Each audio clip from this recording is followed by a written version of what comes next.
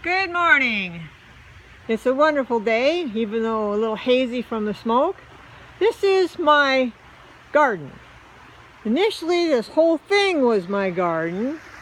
Even back where I put in the red blocks and the golf cart now resides, was all garden. But the soil became so rich and good with my organic methods that I didn't need all that area. So we turned it into lawn, and now we're down to this. You can see I have greenhouse ribs over it, and then on the end you see the plastic, but up on the top it's a little harder to see. It's not rolled down today, but see that? That is a big roll of plastic. You see the big roll of plastic all along there. That, and when the weather gets cold, and in the spring, we roll it down over these ribs and seal it down. And it makes a real nice little warm house, hothouse in here. I call this my tomato frame. What I did is I used sheep wire and built a frame to bring it out a little ways from the wall, which is basically, it's a fence, a 6-foot high fence that I put some 6x6 beams across the top to heighten it, to fasten my greenhouse ribs to. I had those manufactured. And then I insulated the whole wall, and then I put an outdoor white boards on it in order to keep the sun off the insulation so it wouldn't deteriorate. And then I built this fence over it. Now the fence is utilized for growing tomatoes. I had cucumbers on there, but they were getting old, so I took them out.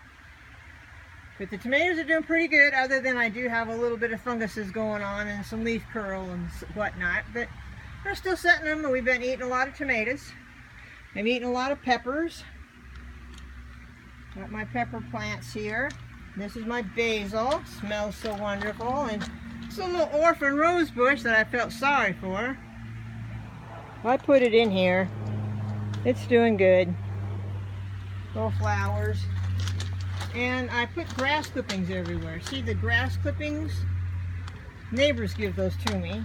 I make sure that they haven't had any weed killer on them, at least for a month.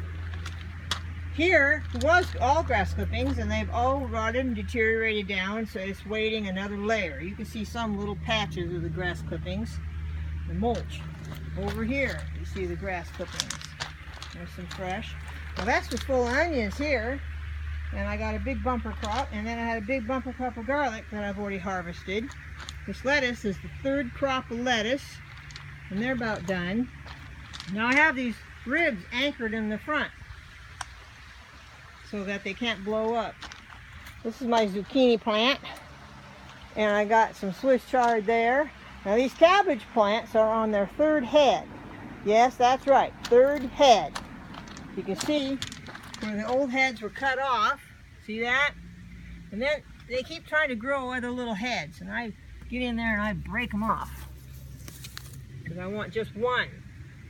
And then I give it a good liquid feed, and they will grow. This one's got something chewing on it. I'll have to get in here and spray that.